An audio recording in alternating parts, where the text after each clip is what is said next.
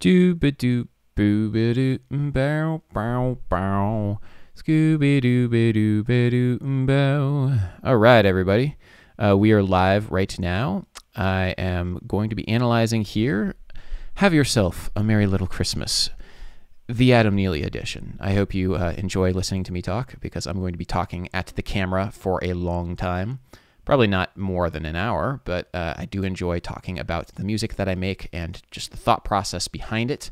So that's what this stream is going to be all about. And if anybody has any questions during it, please let me know. Otherwise, I'm just going to run my mouth.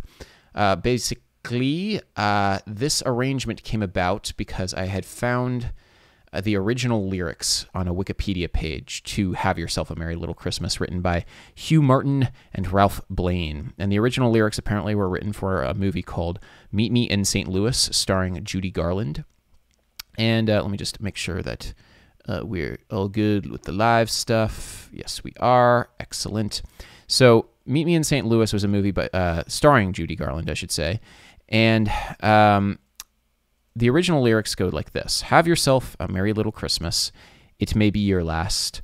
Next year, we may all be living in the past. And it's fairly dark and forlorn, and the producers of this movie did not want Judy Garland to be singing such un-Christmassy lyrics, and so they had Mr. Hugh Martin and Ralph Blane change the lyrics to Have yourself a merry little Christmas. May your heart be light. Next year, all our troubles will all be out of sight, or something along those lines. And, you know, there's actually a fairly bittersweet quality to the actual lyrics of the song. And I always found that this particular song, Have Yourself a Merry Little Christmas, was kind of a cut above some of the more like schlocky, Muzak-y Christmas songs like Rudolph the Red-Nosed Reindeer or Frosty the Snowman or any of those other songs. I always felt that there was a deep kind of underlying emotional content to the song that spoke to a feeling that a lot of people have during the holidays, of being somber, of feeling like there is no place for them where there are places for a lot of other people, and they don't have the music to communicate those sorts of feelings. And, you know, when I was putting together this arrangement, I wanted to communicate those feelings through music rather than the general, like, Christmas holly jolly sort of feeling, which, you know, there's plenty of great arrangements that do that already, but you know, I wasn't going to be including like sleigh bells or D minor 7 flat 5 or anything like that in this particular arrangement. I just wanted to do my own thing and use the tools that I had available to me to create a certain sound that was not particularly reminiscent of Christmas, except for the fact that it is a Christmas standard. So I wanted to use strings on this string quartet.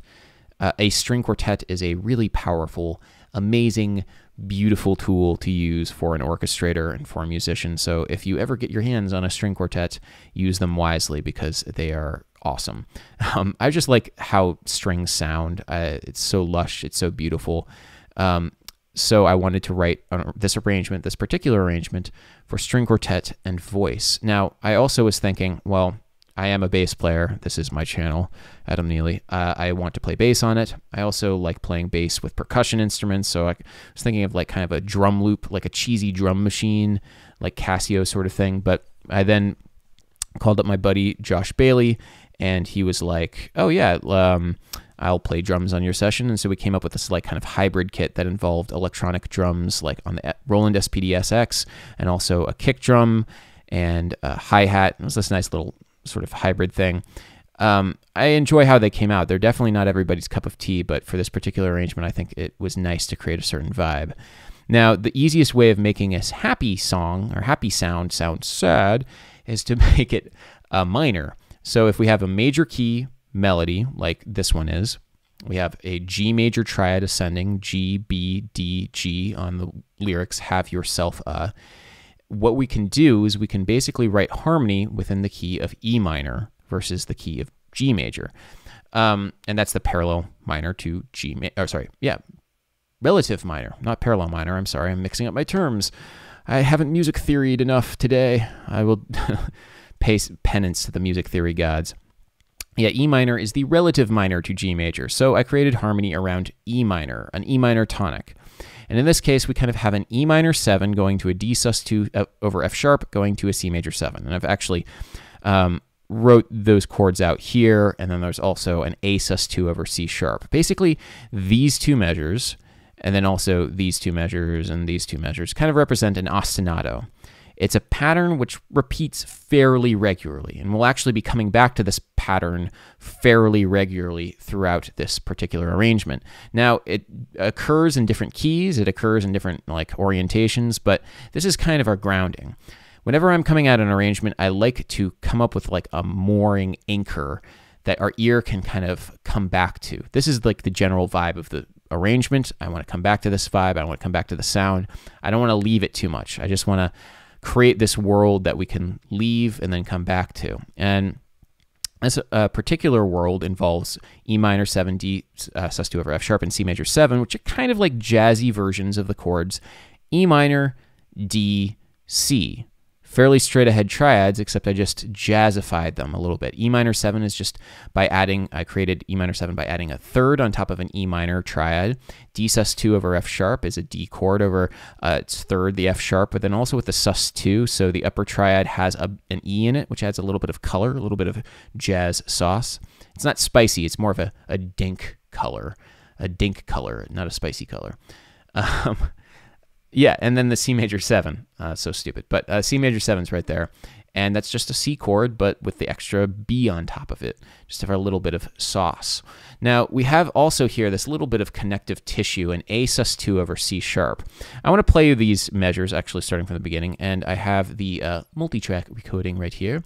I want to play you these measures, but I'm just going to solo the strings. I just want you to listen to how the strings sound. Now, because we're all recording in the same area, you'll hear the drums in the background, and that's always kind of a pain whenever you have real drums recording in the same room as real strings, because the drums bleed all over the strings.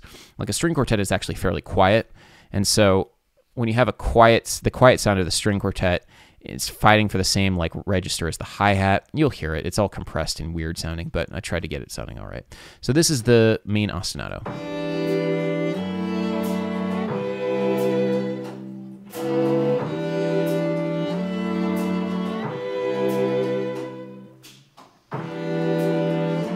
Okay, so that's the sort of sound that we're working with.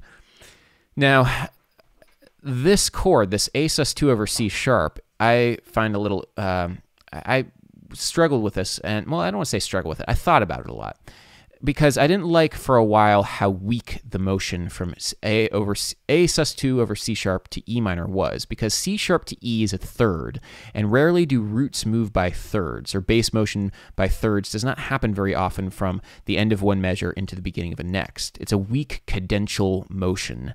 Cadential motion usually occurs by seconds. It also occurs by fourths and fifths.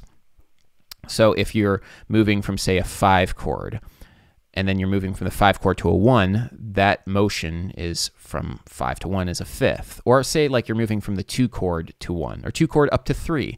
Those are cadential motions by a step, by a second, and those are fairly powerful and fairly common.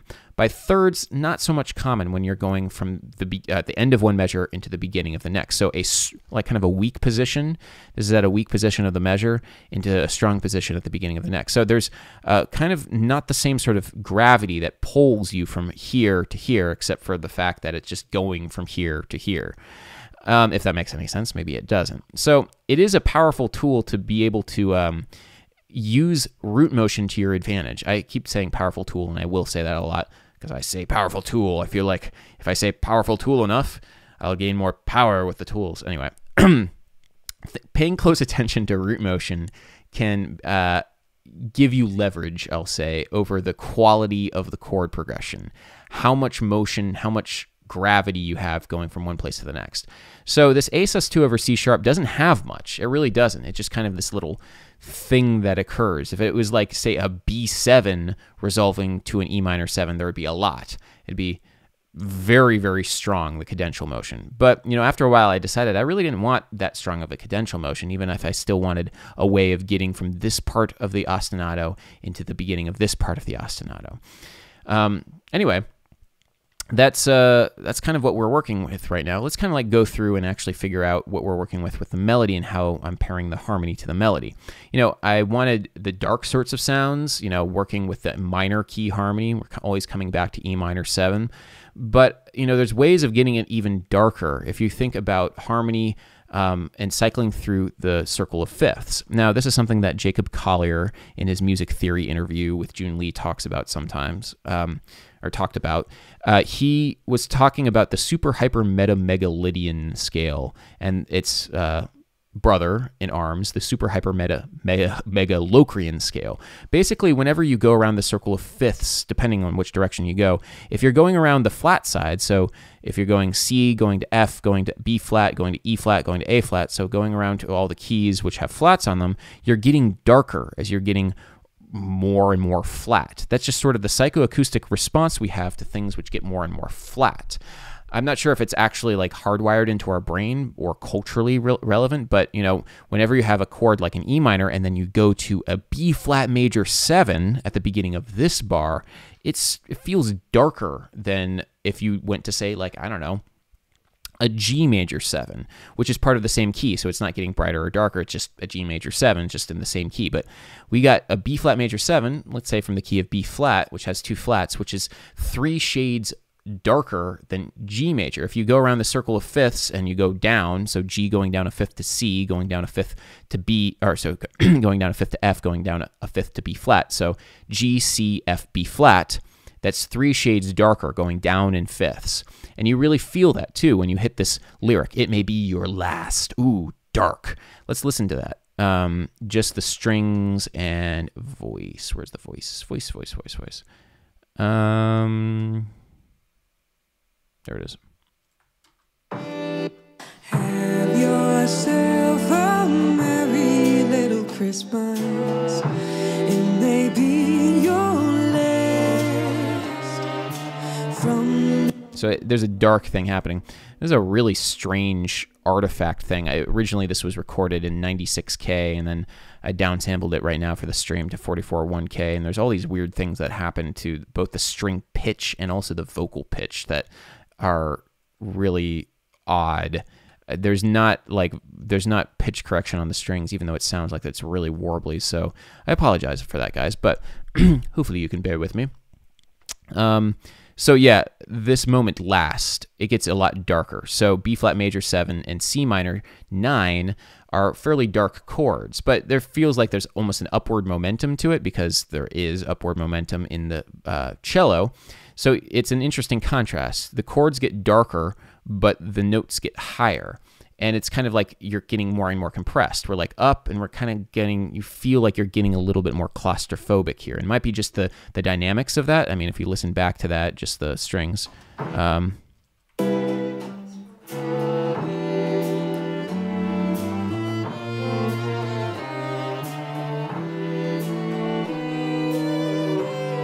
You felt it getting smaller, and maybe that's just also just the, well, it literally is also this voicings. In other words, the notes are getting closer and closer together, but you kind of get this feeling getting smaller there, only to be expand a little bit on that next line.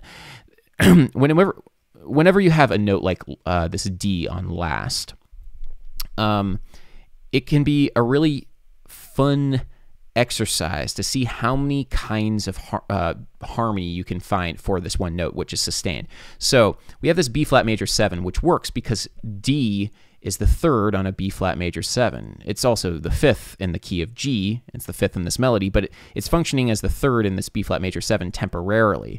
You could also have it function as the 3rd on a B minor 7, which is, from the key of G, but you could also have it as the sharp 9 on a B7 sharp 9. You could also have it be the 9 on a C minor 9, which actually functions here. You could also have it be, say, the flat 9 on a C sharp 7 flat 9, or say like the sharp 11 on, what would that be, an A flat 7 sharp 11. There's all different kinds of functions for this note.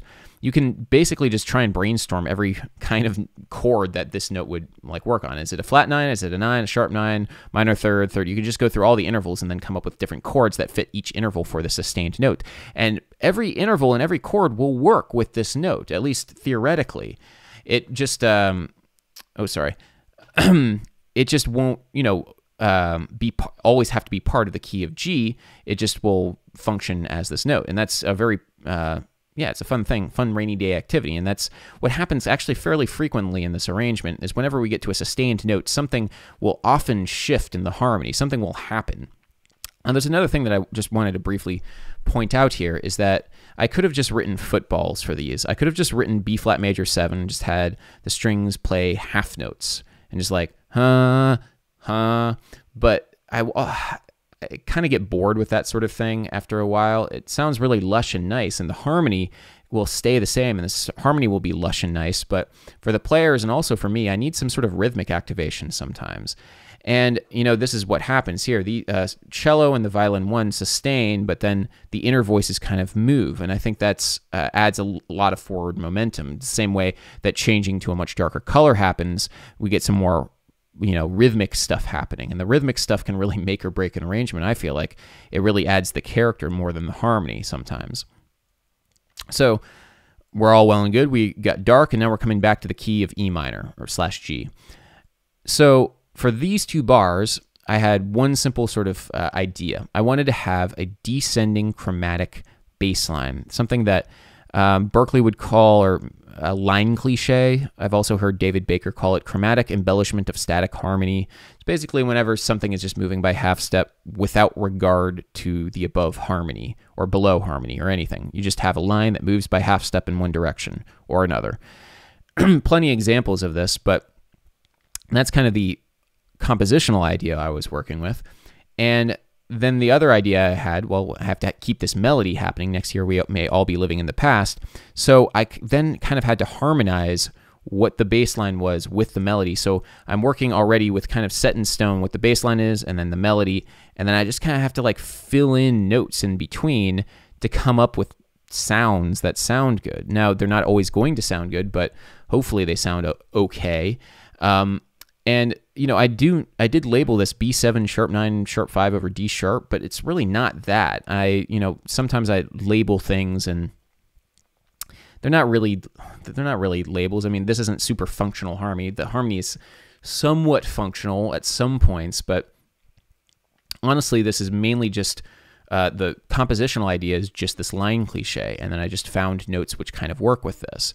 So actually, it's really a D sharp augmented what we have in this measure, but you know, don't tell anybody. Even though I'm streaming to everybody right now. Anyway, so we got the E minor, we got this B7 sharp 5, D sharp. We got the C over D. Okay, that's a fairly consonant chord. Then we got the C sharp 7 sharp 9. There really isn't a functional analysis for this, or I wasn't thinking functionally. This is not like a dominant functioning chord in the same way that like a B7 chord would be in the key of E minor. This is not expected to resolve to an F sharp chord. No, this is just a color. It's a color that was created because I decided that these notes sounded good together. It's important to know whenever you're working with harmony, whether or not you're working functionally or color-based. I'm calling it color-based because that's really what I'm thinking about. I'm not thinking about how certain chords should move to the next in terms of their function within a key, what notes need to move where. For example, like the 7 in the key of G should probably resolve up to the root if it's part of a 5 chord. That's functional harmony. No, I'm not really thinking that. I'm thinking more, okay, this is a sound, it's creating tension, and then maybe I need to resolve that tension. And it resolves at the beginning of this next measure. Now, this next measure is when the bass comes in. It's when the guitar comes in. And not a whole lot else changes, but you get a feeling like a lot changes here. Because everybody is kind of playing along at the same dynamic level-ish. The drums don't change all that much. The vocal is just sustaining a note at the end of a phrase, but stuff happens. You get the feeling that stuff happens. So if I just play this. Little Christmas, it may be your last. From now on, we might be living in the past. We get the feeling like we've arrived at that moment. And we get that feeling of arrival because of something called terraced dynamics. Terraced dynamics are a concept that's been used since Haydn, the classical composer. It's basically you're not really worried so much about creating dynamics within individual parts. What you are worried about is creating dynamics and creating forward momentum by when you add different voices. It's an event when other people start joining you. And because somebody else has joined you, you get the sensation that it's gone louder. Even if it's not louder per se. I mean, I guess maybe technically it's a little bit louder, but the feeling of mezzo forte, that feeling hasn't changed, but something else has. And that terrace dynamics adds to that like level of excitement because you're just adding people at a certain moment. So knowing when to add people and when to take people out of an equation can be a useful tool for you guys. I keep saying important tool, but yeah, useful tool. When everybody is playing all the time, your ear gets tired of it, which is why I wanted to start with not everybody playing. I wanted to start with like just strings and percussion, so that when the bass and guitar comes in, it matters. I wanted our arrival to matter to the general shape of the whole thing. So, so we kind of go on a little bit. This phrase I pay very close attention in my arrangements to phrase lengths, how long something is happening. And the original version of Have Yourself a Merry Little Christmas, the first verse is 8 measures long, like most songs of that era. It was basically an AABA format. So 8 measures, then this song itself is actually kind of a little bit of a tweak on that format. But in this version, I have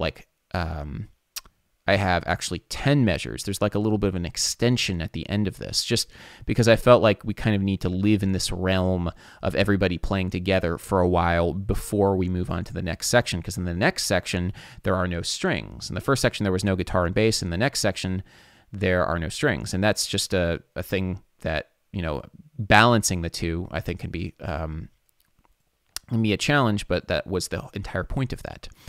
So in this next section, we kind of have a very open, spacey soundscape. I wanted it to be like not the sort of lush sounds of the beginning. I wanted it to be a little bit more spacey. I wanted there to be a little bit more room for the melody to breathe without the cloying tentacle of harmony choking it out. So it's basically just this like bass and guitar soundscape, atmospheric textures. But then on probably the most awkward word ever committed, cork. Have yourself a merry little Christmas, pop that champagne cork. It's so awkward. Why would you ever write the word cork? I mean, yeah, you technically need it to rhyme with the phrase living in New York, but it could have been a little bit more artfully done. There are reasons why the melody or the lyrics were changed, so cork is not the greatest. Anyway, so pop that champagne cork. It's a sustained note, and whenever I have these sustained notes, I like to sort of manipulate them a little bit. I like to use these sustained notes in the melody as a jumping off point for new harmony, for new rhythmic ideas. So, this is when the strings come back in. And the strings come back in with the same sort of dark harmony that they did in the same place, measure 4 of the phrase, as the first verse. So in the first verse, we have a B flat major 7 and a C minor 9. And now we have a B flat major 7 and a C minor 9. But the harmonic rhythm has been squished a little bit, so that B flat major 7, C minor 7, same thing as C minor 9, they come just within the first 2 beats. And we have this sort of squish thing kind of go up in the same way, kind of grow up and kind of become a little bit more condensed the same way the first time did. But now we have these other chords, D minor 7 and E minor 7. So we would call this constant structures when we have the same kind of chord quality. It's not really constant structures because there's a little bit of motion here in the violins. I mean, these two are constant structures, but constant structures are when you have the exact same chord quality and you're just moving it chromatically without regard to key or whatever. So it's a C minor 7, then a D minor 7, then an E minor 7. Those 3 chords aren't diatonic to any one particular key. They don't live in any key that Nope, there's no particular key that actually has those chord tones. So you just have to analyze it in terms of constant structures, and they're getting brighter. So when you have a C minor 7, that will go around the circle of fifths, going up twice. C minor 7 goes up to G minor 7, goes to a D minor 7. So that's twice as bright as the first when you're just chilling out in C minor. Then D minor 7, if you go up twice, you have D, then going up to A minor 7, and then going up to E minor 7. So that's brighter still. So we're going up, we're kind of like going up just the orchestrational feeling of going up, and also the hyper meta whatever Jacob Collierism of going around the circle of fifths and getting brighter and brighter. Now, an interesting thing happens here, and when we have an E minor 7, that's kind of like the tonic that we've been working with. This whole thing has kind of been in the key of E minor 7 or E minor, and we're kind of arriving here before the beginning of the measure, and it's a point of arrival, but not really a point of arrival. This G over C is the point of arrival. And I always found that sort of thing interesting whenever you arrived somewhere, but it didn't feel like you arrived somewhere because of its point or of how it sits within the harmonic rhythm. It's, just by looking at this looks like a point of arrival because we aren't moving that far from anywhere. Even though this is the key in the tonic center, this is actually where we're actually going to be chilling out on. So let's listen to that. Damn.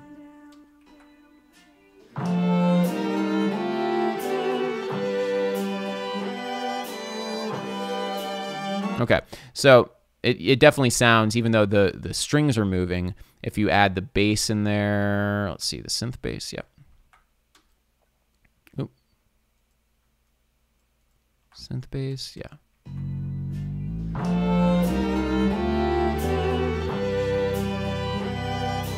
So we're just static for a whole measure there. Then we get to this A minor 9, which is well and good. A minor 9 is just a diatonic chord. It's just a jazzy, nice jazzy chord. It actually should be an A minor 11. I see that there's a big fat honking D on that chord. So when you have the big D on the chord, that should be an A minor 11. Then we get to this measure, all sorts of things that happen. Now, remember I said earlier that whenever there's a sustained note, stuff happens. Well, stuff really happens here, especially on the phrase living in New York. And it's also at the kind of a high note. It's a tenth above the bottom nadir, the lowest part of the melody. And so this is kind of a dramatic moment anyway. So something had to happen dramatically in the harmony and in the orchestration, and something does. So we've been chilling out in this key of E minor, like the relative minor. There we go, relative minor of G. And then all of a sudden, we're now in the key of G sharp minor.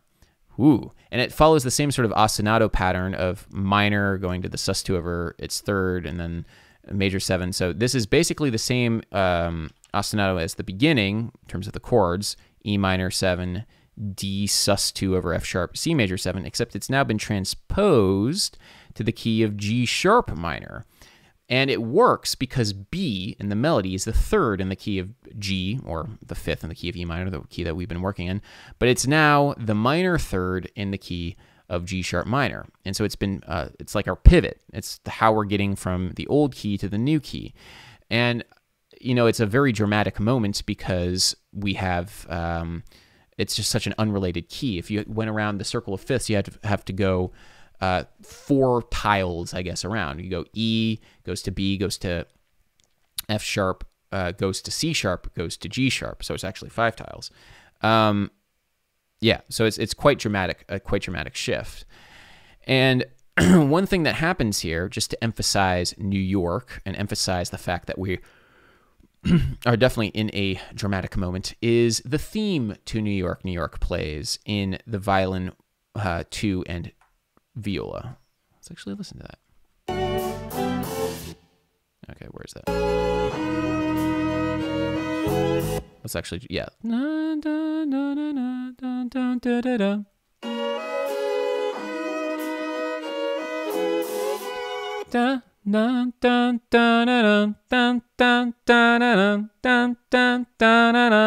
Start spreading the news. Wow, I am getting so much better at my Frank Sinatra impression. That was pretty much spot on, that Frank Sinatra impression. So yeah, Frank Sinatra very much popularized New York, theme to New York. And he also popularized this song, Have Yourself a Merry Little Christmas. And I found that connection between New York, and the phrase, next year we may all be living in New York. And I found it so like perfect. I was like, oh, we have to include the theme to New York in this arrangement. That's just so perfect. And too clever by a half. But it's also been transformed a little bit. I guarantee you nobody noticed that. In fact, nobody noticed it in the comments section of the main video. Everybody was like, oh my God, the lick.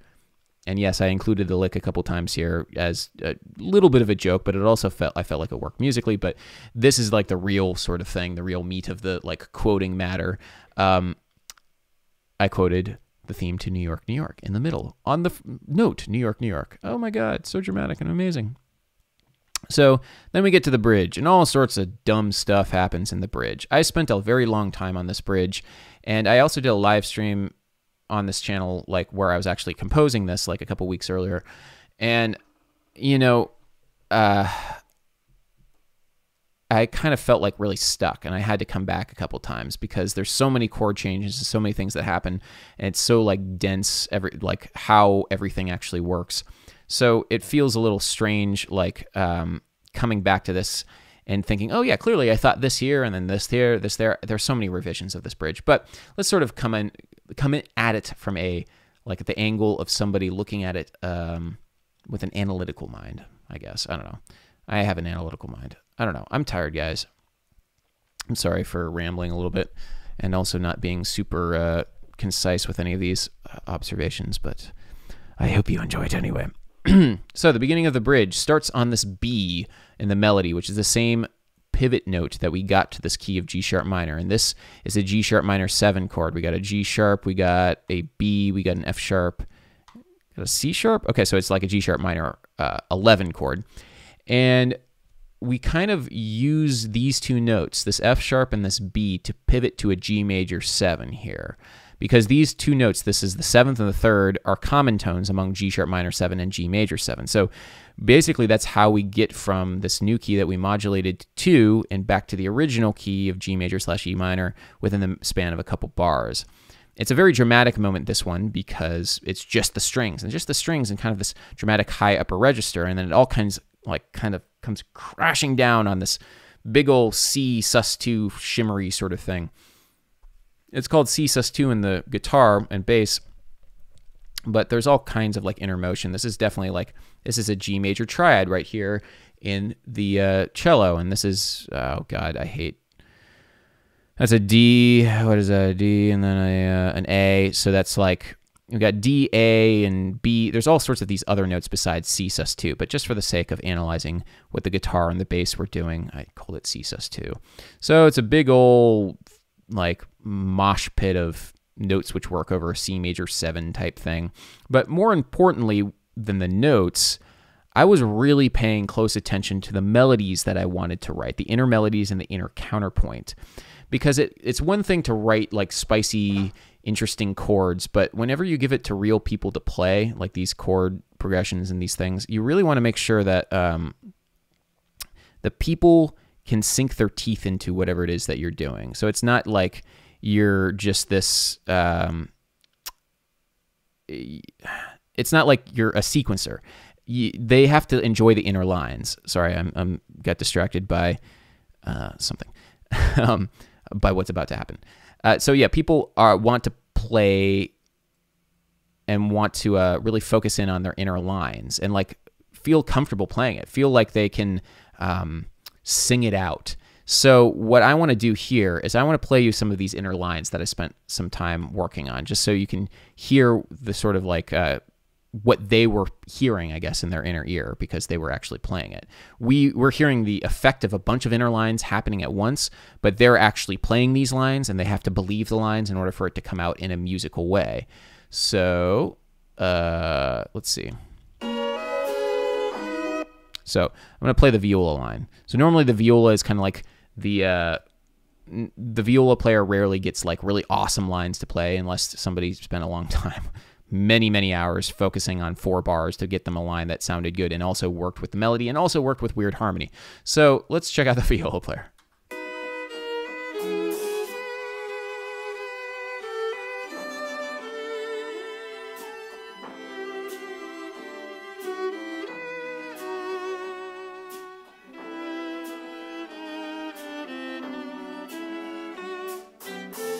Okay, so that was like what she was playing and what she was having to sing out and internalize in order to get the intonation right.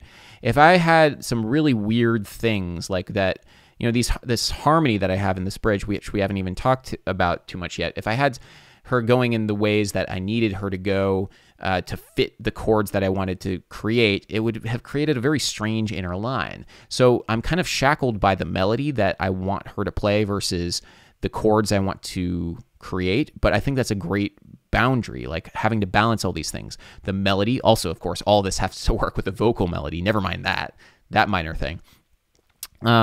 Like there's all these like moving parts. It's a jigsaw puzzle that you're just kind of trying to balance, or it's like those stones, like balancing stones. Just if one thing is slightly off, everything else falls, and you have to build it up from the bottom again. Fortunately, there are not too many stones in this one. There's just like 1, 2, 3, 4, and then I guess the bass and whatever. But that's the trick here. So I mean, we could also listen to violin 1. What's the violin 1 sound like? Or violin 2, sorry, the inner line there.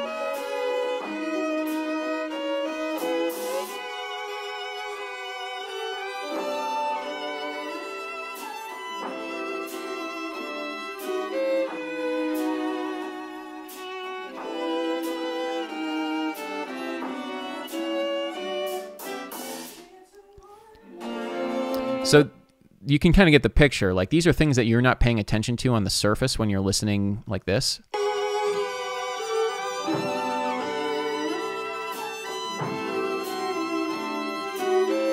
Unless you're listening and watching from the score.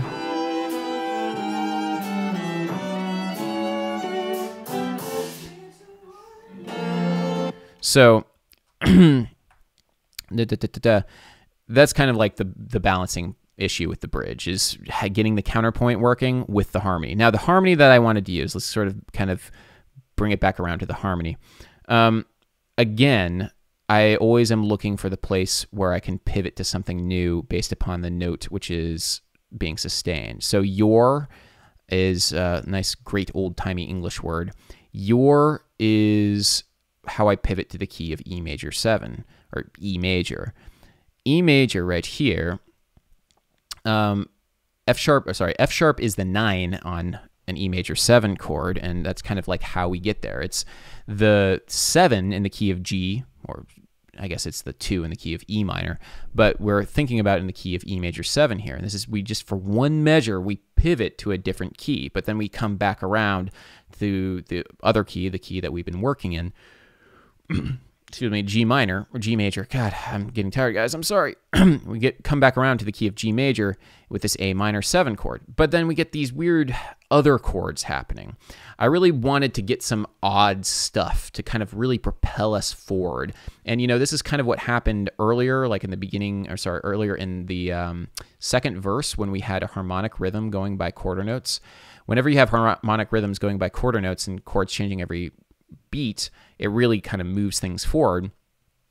I wanted that to be how we get into the next section, which is the instrumental break. So I came up with this bass line, which starts on a D flat, which is very odd.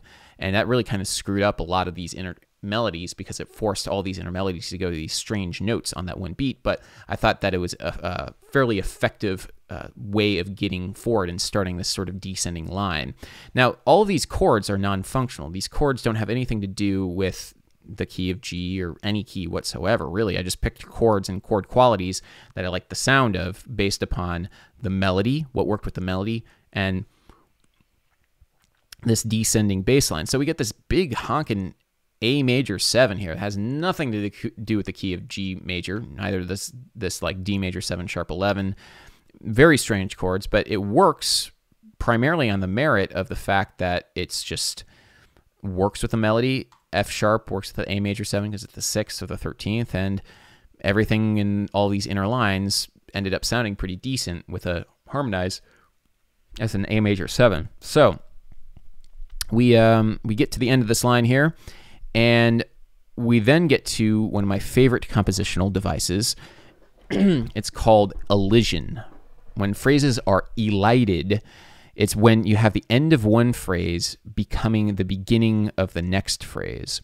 So remember I said I'm conscious of phrase lengths. This bridge should be 8 bars long, but It's actually 7 bars long. No good times like the old days happen gold days of yore. Faithful friends who are dear to us will be near to us once more. And more is the beginning of the phrase that starts the instrumental break. So whenever you have these phrases overlapping, it's called elision.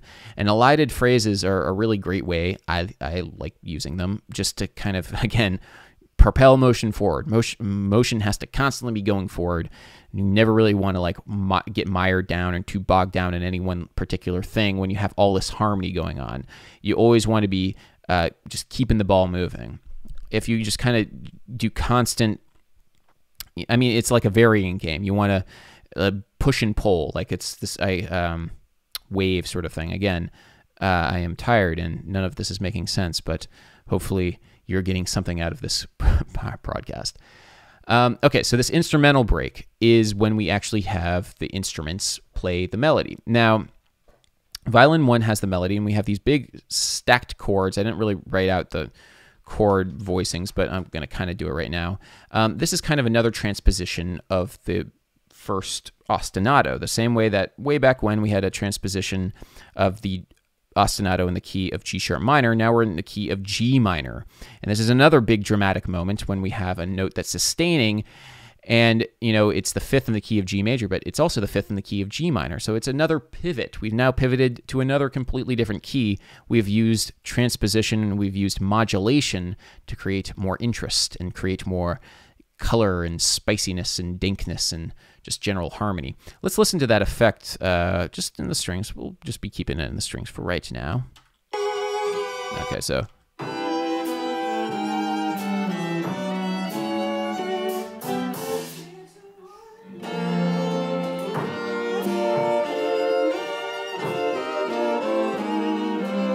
Cool. So there's a couple other things. Remember when I said that, the motion kind of stops, we resolve to the E minor before the beginning of the phrase? That exact sort of thing happens here also in the modulation. We hit a G minor before we actually get into the key of G minor. It's not like a pivot chord. It's just that's the chord before the thing. And it kind of almost masks the modulation a little bit, maybe not super so, but it's just I found that the interesting effect of like going to the G minor before you actually get there, before you get to the beginning of the phrase. So those first 2 measures are just harmonizations of the melody based upon notes in the key, and we also have this like this is kind of like, what is this? It's like a B major 7, or what was that? We have an G sharp.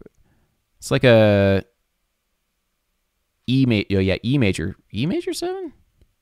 No wonder that was sounding really, really odd to me. It's kind of like an E major 7 over B. Yeah, E major 7 over B. That's a strange chord. All right. Yeah, I spent some time with that chord. Like, why is this not sounding right? Now I'm looking at the notes and I'm like, oh, it's E major 7 over B. That's a strange one. I mean, it sounds okay. I actually do like it. But yeah, so we get to some weird chords. And the general push and pull of this is that we have no non-weird chords at the beginning of measures, weird chords at the end, non-weird at the beginning. That's usually the way I like to think about things, is weird chords create tension that propels you forward. Non-weird chords creates stasis that gives you a sense of home. So this moment right here, when the lick happens, when everybody's like, oh my God, you played the lick. And, I kind of originally meant it like as a joke, but then I realized, wait, this actually works musically, and actually I don't hate its sound. I don't find it particularly ironic at all. I like how this sounds, and there's a couple reasons why. The first reason is that it's the first instance in this entire arrangement of 16th notes. And, again, it's a moment where there's a sustaining note in the melody, but if you look back, and there's a couple moments in like the percussion and whatever with 16th notes maybe, but and there's this dramatic gesture up into the bridge, but there are no 16th notes anywhere. This moment, the lick, is where we have 16th notes, which creates a pretty hefty contrast to the rest of not only the section, but the song. And, it didn't have to be the lick. It could have been any sort of 16th note gesture, but I just liked the rhythmic nature of the lick and how it, fit within this general sound and general structure. And, now I'm almost regret it just because it, I felt like a lot of people, and myself included, might have felt like it wasn't particularly genuine, wasn't particularly I was like making a joke of the thing, and maybe in the beginning I was, but you know, I definitely believe in the music, and I wouldn't have left it in there if I didn't believe in it. So that's why it's there. It's there as a contrast, and it's there because I think it actually works musically. So we have the rest of the instrumental bridge, which is just the melody, just played in the first violin, very kind of standard fare. And this is also elided, but even shorter than the section beforehand. This section is 6 bars long. So we had 7 bars, and now this is 6 bars. Now, the guitar solo represents a little bit of a release, because this is a moment, one where the bass guitar first comes in, so just orchestrationally it represents kind of a moment of arrival. And then also the harmony becomes a lot less weird and chromatic. We're just kind of chilling out in the key of G during the guitar solo and just letting Shub Saran just kind of shred his guitar in the key of G, and he shreds, and it's great. There's a couple of devices that I use, though, in the strings to kind of keep the edge on, even though it's all very diatonic chords. There's no chromatic notes. There's still a lot of dissonance in there. And the dissonance is created by something called a suspension chain. So the suspension chain is when you have notes which are suspensions. So we have, or I guess this is, I forget what this is called. It's been a while since I've had a counterpoint class. But we have an A here in the violin too. And this A kind of clashes with this G here in the viola. Yes, it's alto clef. But then this G resolves down, and that G resolves down to an F sharp. And that F sharp now is a nice consonance with the A. It's a third. It's a minor third, but it's a third, a diatonic third to the key. Now, then we have this A, and it comes down to a G. That G is quite dissonant with the F sharp. It's a minor second interval. It's a lot of dissonance happening here. But then this F sharp resolves down to an E, and then that fits perfectly with this G. E and G is a minor third in the key, diatonic key. Sounds great. But then we have an F sharp here, and then that's another dissonance with this E, and then this E goes down to the D, and that's a consonance with the F sharp, and the F sharp goes down to the E, and then that's, so it's this chain. And the first time I heard this particular device, and it very much affected me, was actually not in like a version of Palestrina, which is where this technique originally originated, but it was in Gordian Knot, the progressive metal band Gordian Knot, progressive instrumental band led by Sean Malone, and it's a song called Muttersprach, and they do it at the beginning of this, and there's something like really dissonant about it, but at the same time not dissonant, something very beautiful about this chain of dissonances resolving into consonances, going into dissonances, and all kind of like falling down. And it represents this sort of, we had like a climax, and now it's sort of like coming back down. The energy is sort of dying down in the harmony a little bit. Let's listen to that and how that all comes about. Okay. So this is the end of the bridge, or end of this break.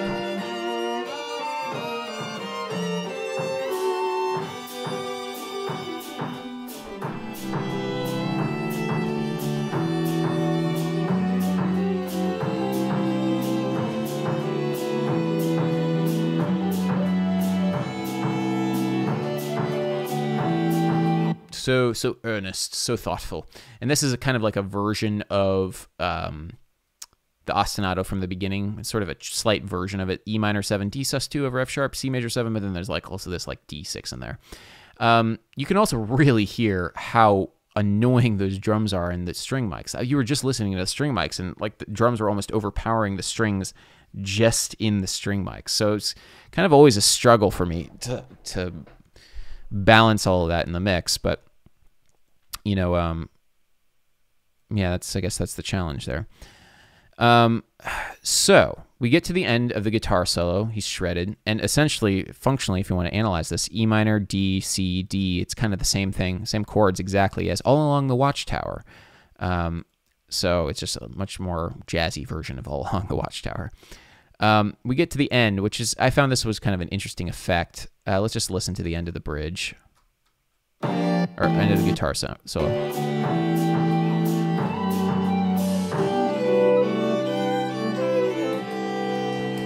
So da da da da da da da da da.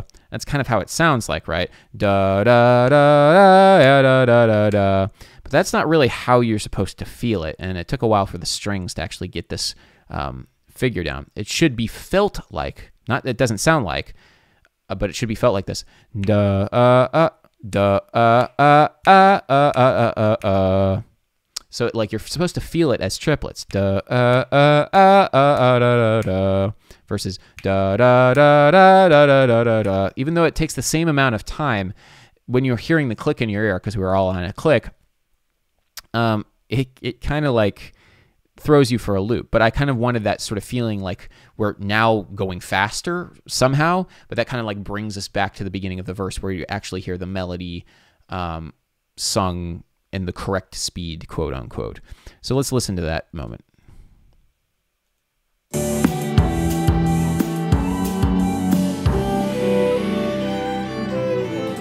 at least we all will be together. If the Cool. And for some reason, I'm missing the guitar track. I hope I didn't delete it. Oh, well. That would suck. But yeah, but at least we all to be together if the Lord allows. This Lord allows, this is the first time in the entire track, I think, where we have a note which sustains where nothing happens.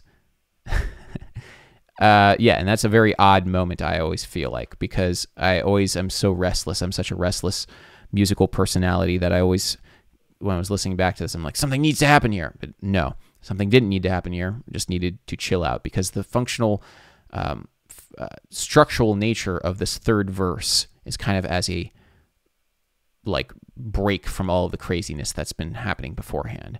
So we got the lyrics, but at least we'll also be together if the Lord allows. Then from now on, we'll have to muddle on somehow. In the music itself, there's not a lot of stuff happening. It's just kind of a build, and I had to like let it go. I knew it doesn't look like much right here, but this is kind of like the main building moment in the whole thing.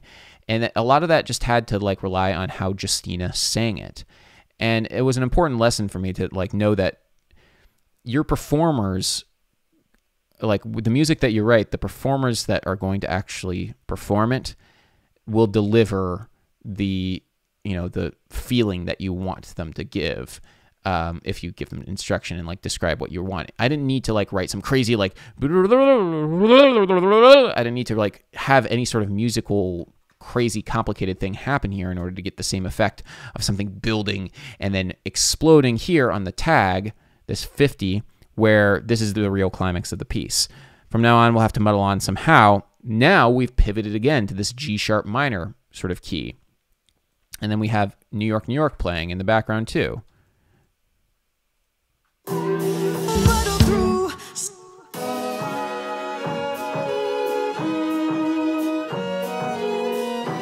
Because, Justina's doing her singing stuff. From now on, we'll have to muddle through somehow. Cool. Yeah, so this moment right here, we come back to the New York, New York, and then we just do that ostinato sort of pattern twice, or actually once, and then we're back to the key of G. Because we've ran out of time where G sharp minor is going to work with the melody. It only works on the note B, and then we're back to the melody. We don't want to change the melody at all. Changing the melody would sound very strange. Keeping the melody sacrosanct is important for this. Then we're back into E minor land, and then we just kind of groove on that for a while. I say quasi soca. It's not really soca at all, but that was just kind of some general direction to Josh. And then, we have the New York, New York kind of just blaring through this whole thing. Just like listen to the viola and violin too. It's just going to be New York, New York, New York, and the lick.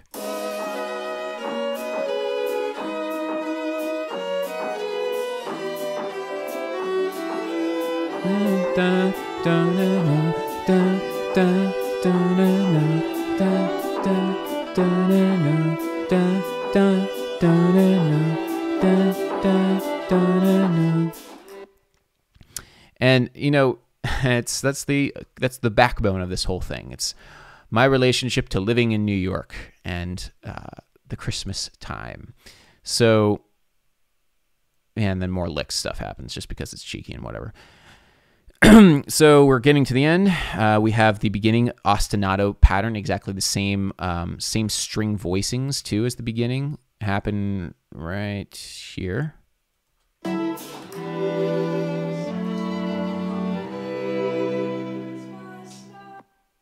Cool. Yeah, that is kind of our bridge back to a very spacious sort of sound. Yourself a merry little Christmas. It may be your last. Yeah, I'm missing the guitar track right now, so the guitar would be doing some of that stuff. And then this last chord, just to wrap this whole thing up, because it is 2:15 in the morning and I would like to go to bed. This last chord right here. This last chord is something played sul ponticello. That's what this means, sul pont, which means whenever you're a string player, you're playing on the near the bridge. So it's a very it's kind of like when you're playing guitar and you use a pick and you pluck really close to the bridge. It's a very kind of nasal sound. And not only is it sul ponticello, but it's also harmonic. So it's a nasal, glassy harmonic. And I found just on the phrase, it may be your last, I think that just sounds so like evil, almost like bones breaking.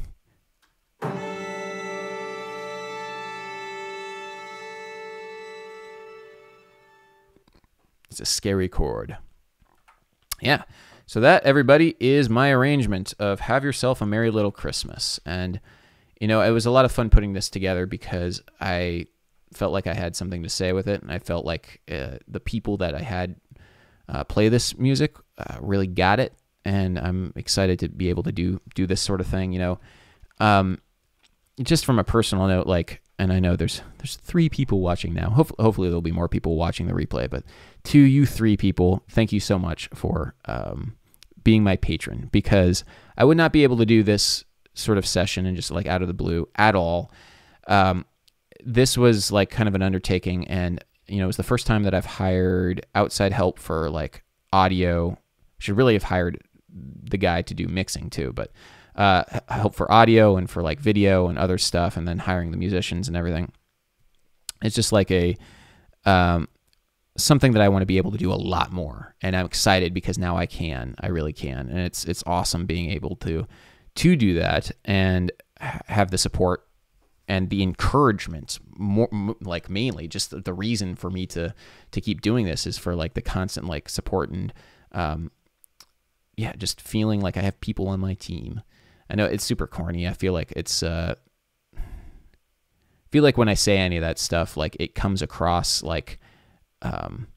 e-begging or just, I don't know, there's a level of grime that I sometimes attach to me asking somebody or thanking somebody for their money, but it really means a lot to me. It really does. So thank you so much, everybody, for watching and for being my patron. I very much appreciate it. So thank you. Hope you enjoyed this. And yeah. All right, everybody. Until next time, bass.